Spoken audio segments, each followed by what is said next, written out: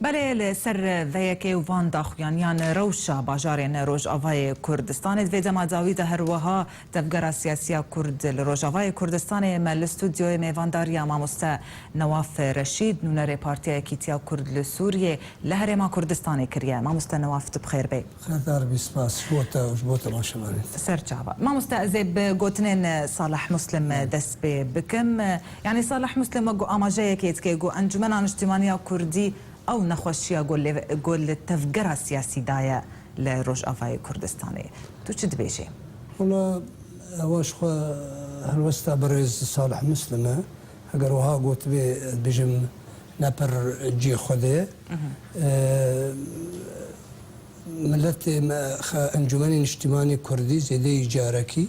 ودو جاري وسي جاري وتجي تزاني وتماشباني تزاني برز صالح مسلم جي تزاني هولير يك ودستيا بلند بري بشتي وينا ودستي هولير دو دهوك حمج بو خاطري برجوندي ملتي خوا مدر باسري كفتنا عدبون لي مخابن طرف يدن لا يدن افيغو بريز صالح مسلم تمودعين بحثتكي دخوازي انجماني اجتماعي ببي صورتك طبق الاصل استنساخك جي ببي جي تشبي اري نشراكتي دخوازي مخابن افا اغو بيجي اشكاليه اف اغو حري مهمه هاجر برجوانديه ملتي ما برجوانديه ملتي ما ادبجن برجوانديه ملتي ما شراكتي ده هفريزيه ده ام وك هفدوبن وقت اغو دبيجي برس صالح مسلم اما امكارن برجوانديه ملتي خو بارزي تناخوين كار بارزي وإيرو روش خيانيه الكوباني جي خياني كر وروجيتي جي خياني بام هيفيدارن جو كار بتناخو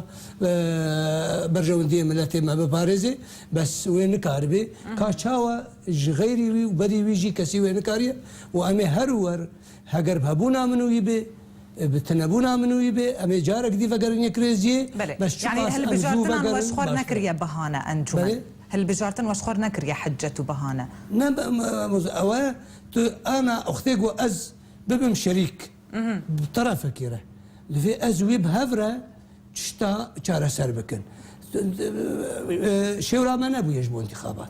ما قلت انتخاباتها بسكنين ام شارع سريكي بفره بكن وش بري وين اجي مسألة عسكري ومسألة لشكري ومرجعي خالي وخياب اللي فقرا سياسي خالي وخياب مخابن تشتكي بجناننا تشتكي بجناننا وهر ورد وخازيد بورن شركاتيه بكن وقال لك جاراجي ام بيزن وبيجن اما مكار كريا ام سر عرضي ما ايش كريا وانجمن اجتماعي تشتكي ويتنت خازي بشري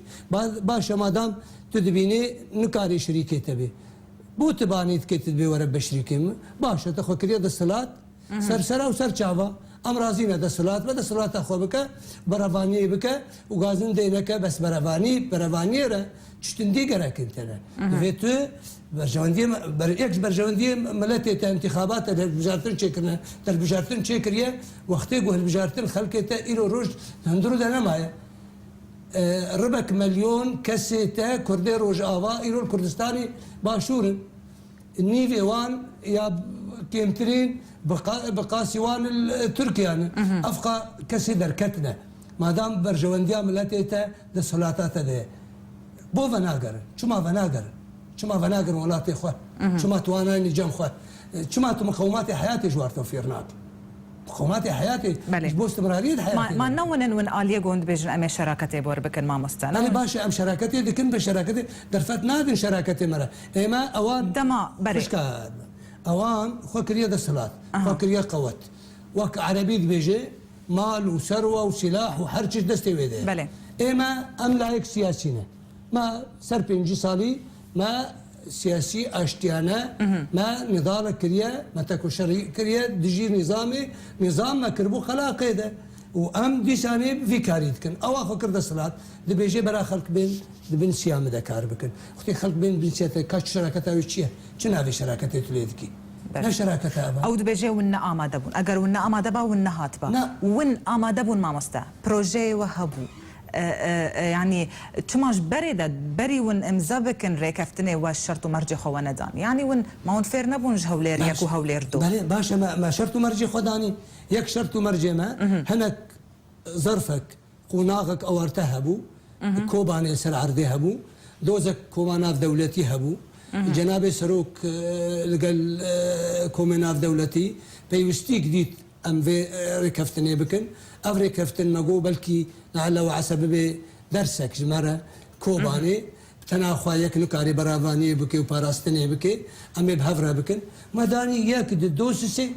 بس خالي يك جيلي فقرة سياسية هذه هزا عسكرية هذه ريفابريا خسرية اقوان بتناخوا بجدا بريفابريا على اساس امي تيك من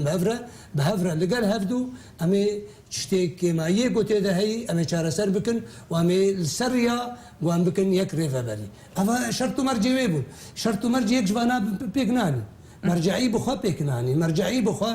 بيكنا هاتيه بالاساس بيكنا هاتيه بري مرجعي بيك بي شون اعلان انتخابات اكرن البجارتنا يكرن دفري كردي ده كاوتشي البجارتنا تكانتونا كده تشيدكي يك شرط مرجع ركفتنا ده هو كي قلت كار بكيش بو يكيتيا تبقى يكيتيا حرسي كانتونا بله انها لفقرة السياسية جي ركفتنا ده هو كي بيستياوي بيزيدة ترهيا هون يان آلية تفدمي هذا عامل حري جرينج واج كشي بيستر مهمتر ملتي ما بيستاي بهي بحر كسيمر جمات اطراف السياسي بهتر هي وايماجي ام دبيجن جبو برجوان دي ملتي ما جبوك ضروراوي هي ام هفمن وامي هر الهفدو فقرن وام تشقازو ترين الهفدو فقرن باشتره بس مخابن بس فازم داوي بين بدينا مخابن اف ذهنيه تفردي ذهنيه تسلطي ذهنيه يكانا افاقو بتنا خود وخازج شتابكي ودفي در دورا وكوي بكن اوين هشتياقو اتفاقي بجيب بي يعني نا انجمن اجتماعي نخست بجيب بي وقت انجمن اجتماعي نخست بجيب بي نتشو بيرا نذكر بالاساس نهاوه چند شرط مرجان ودانيه بوي دا ديسا لفقر وري اكتيف كرن وات تشتك جالي وادا وديتياقو ديسا اكتيف بكن اما نعم دبيجن الجنيف مثلا وقت نمونه بري چند روجا شاندا كردي لجنيف بو ريخستنك واندي تبو قوتبو امكاني هي هونجارك دي الهفدو فقرن ممكنه الهفدو فقرن ام دبيجن تمو دايم امكاني هي ام الهفدو فقرن بس دفي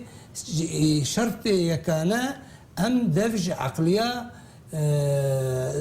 بيك زماني بيك لغتي بيك آلي بيك ام دفجي بردن ام شراكتك حقيقي بكن ام بخازن شراكتي بكن وقال لك مسائل هنا الباما دفي دفجي بردن تشتنوان هنا بونا استنجينا براما وانده ياك جوانا مسألة بجارتنا قو تشيبو بي ما تشيبو عاد دوا اف لشكريانا شار اسوسيا اف خلكي جو زاروكي دبن جي شرمزاريه با مجتمع دولي ودنياي خلكي حموي خلكي دبن جمالي وعندك شين دبن اف افانا حمه سروي قشيره تفيره دفي ام كاربن اف حدود ابكنش خلكيره معابرش خلكي خربكن خلكي ما خستي ما دور بيش كري ما ريكاري بريجيم كري ما ولاتي خو دور بيش كري باش جدا سبيكا ازبيجم ديتنا هردو اليان لجنيفه شاندين ريجيم جي سردانا روجافاي كردستان كان بطيبه منطقه جزيره نرينا وسرفي كي تزبيجي يعني افسر دان جبوتنا البامن تشتكي بر غريبه هو بريجي ام دزانن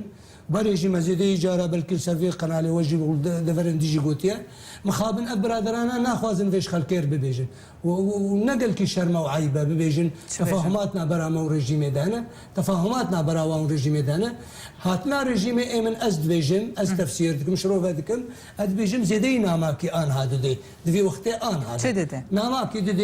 ددي عربه بري چند روجا پیشندانک چی بویا عرب دبیجن ام نما کارن دبارا من بر کردا هری ما جزیره ده هاتی جوار دبیجن نا ازم دبن کنترل آمدنه به من کارن تشتکی بکن نما کی دده پیاده بخوجی دده دستلات کردی آخو کردی دستلات جوار دبیجه ترابنه تشخل کرد دبیجه از دیجی نظامی ما تنکاری دیجی مبی از وال جمتما في عقر دارك البتر درونم جي قلت دبيجي مريزقار كريه فازيدينا ماكي وحتى نعمل دولتي در دوريجي دبيجي از هنا مسيطر وين ما يجينا دي ما مستا جو بيدي ذكاري دفج وبقري ودي برجيم رب مينه يعني او هردو علي دي سبب نيك واستغناء جواب كيج الرجافه اما ام دبيجن هذا دفج ما بردي ولا دفج ما برندي هذا شخوا الآلية ويا قال كي مهم نامك بهتر ديما انه تو كاري بباريزي برجواندية ملتي خوا حتى آنها اف رجيم تحكم الناني ملتي متكي الار دي ويدكي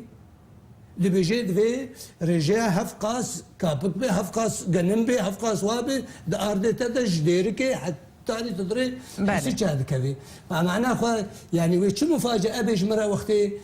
شاندك رجيمي بيحسيش يا بي قامش له يا بي بريدي بس حزدكم اف برادرين ما واشكره ودنجي بلند ببيجن اما ام لقال في دولتي باتفاق بتفاهمات جبو برجوانديه ملتي خوا اياك دوس سي شار بينج اسبيقا نعبم نقا نعبم نا مشكلاويه مشكله منه بس وقتاش مرد بيجي از دبينم بتاعي خد دبينم اگر ودري كفتن جي مشكله نينا قال ريجيمي دانيش دروني وجمرد بيجي از ناد تكلم بالريجيم را بيجي استفهام من البام الباخلكي نورمال خلكي يقول مالا خوجي وك تعذير وك دنار جم خلكي بل يعني اگر ونقشنا ركفتنا كيجي نكشي الجمع نا مشكله اگر ديسا ركفتنا ودقل يعني جي بيواندي وابقى ريجيمي رهبي اما موضوع ما ريجيمي ام دسبيكي هاتن خستن الريجيمي ام هرن ركفتنا بيرا بكن بلكي بريفان برادراش اما خياري ما انها الى روج امانجيا سوريا شورشيه سوريا اما ام معارضه لنا يروج بس وقتاق وام صبي نبريارا منا نبريارا حزبامنا نبريارا دو حزبايا بريارا ما بتفاهيه وقتاق اموان لقال هفدو ام ببين مصلحه برجوانديه ملتي ما بيكتب ريجيميرا ويش اخي مشكلتنا بامي نبدي زيكا بكن امي اشكره بكن امي سرفان راقا عندني جموا امي ببيجن اما امشون بارجيمي جبر ياك دوس السي مديت بله ما مستا نواف رشيد من ريبارتي كيتيا كرد لسوريا لهريما كردستان قال لك سباسان سر